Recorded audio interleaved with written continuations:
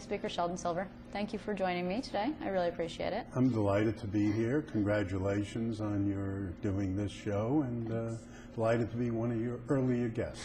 Thank you very much. So the budget, what's the latest?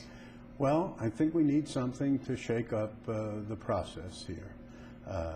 You know, we have been at this now for 4 weeks. My members are frustrated. They put together a plan.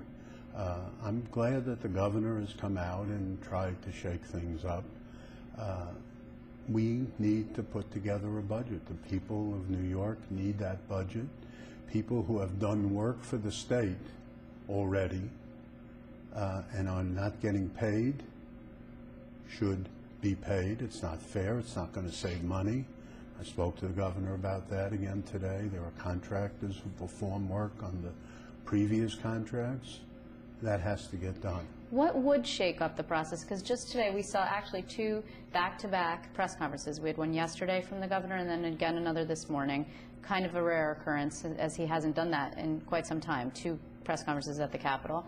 And he threatened to furlough state workers. He then subsequently sent up a bill today, as he said he would, asking you for the power to do that. That's not a shakeup. That seems pretty drastic to me. I said to you that I think he's shaken up the process and made people pay attention. But it hasn't worked. Well, you know, we sent the bill up this afternoon after both houses of the legislature were out of session. Oh, it arrived after you were already gone? Correct. Correct. So you didn't pass that, nor did you heed his up or down call?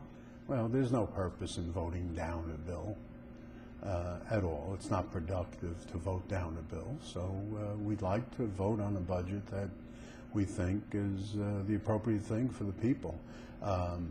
You know, but he did put out certain points. He did finally submit a balanced budget, which he had never submitted before. So that was certainly a positive in that regard. And I called the governor and I thanked him for doing that. And I told him we would stay in touch. I mean, there are certain issues, obviously, that are keeping both houses apart.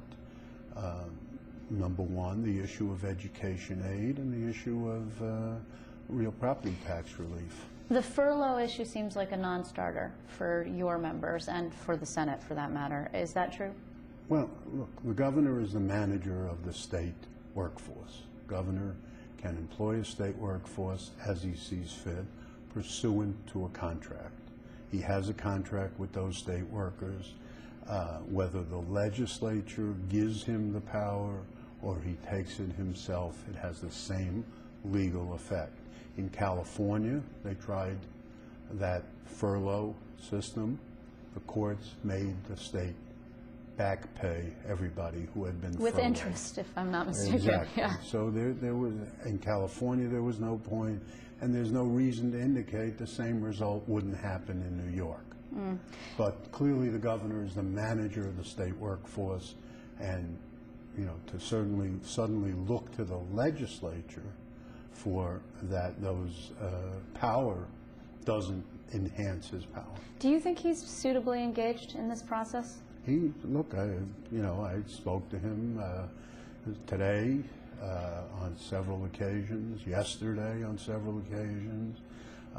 I think he's engaged in the process, and I think he can help bring about the process. We're going to need him ultimately to change some of the language that he submitted that is substantive in nature, that is not suitable for what would be an agreement with the legislature. But he's not running for election, as we know now, and the longer that this goes on, the longer I and other reporters and people continue, and leaders, to pay attention to him, because after that's over, I mean, I'm sure there are other things that he could do, but do you believe that he's drawing this out for political purposes because it behooves him? Well, I don't think he has political purposes because he's not running. No, to prevent from being a complete lame duck, I guess, is the question. But I have no indication that that's what he's doing. I think he is doing what he believes is responsible, what he believes should be his legacy to the state of New York vis-a-vis this budget, and I think he's engaged in that. Well, so far his legacy would be a month-long late budget on the second budget that he presided, though actually the first budget he presided over as that it was his own, correct? Correct. Yeah.